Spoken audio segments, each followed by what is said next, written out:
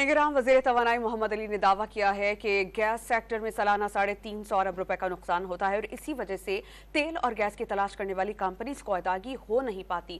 साथ ये भी वाज़ेह कर दिया कि बिजली की कीमतों में कमी की तजवीज़ IMF को भेजी है। उम्मीद है कि पीर तक कोई फैसला हो जाएगा। हमारा इस वक्त सालाना 350 अरब का लॉस होता है गैस सेक्टर और जो अपस्ट्रीम एक्सप्लोरेशन सेक्टर उसको मिलाकर, और ये पिछले चंद सालों में पिछले आज से 4 साल पहले ये तकरीबन 1000 अरब था और आज ये इंटरेस्ट कॉस्ट मिला के 2700 अरब हो चुका है। 350 अरब का नुकसान तो सरकार हर साल बर्दाश्त ही नहीं कर सकती।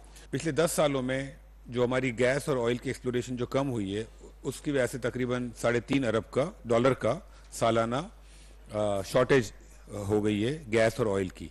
और उसकी वजह यह है कि हमारा जो सर्कुलर डेट इतना ज़्यादा हो गया है, उससे पेमेंट नहीं होती एक्सप्लोरेशन कंपनीज को, और फिर वो मुल्क छोड़ के बहुत सारी बाहरी कंपनीज चली भी गई हैं।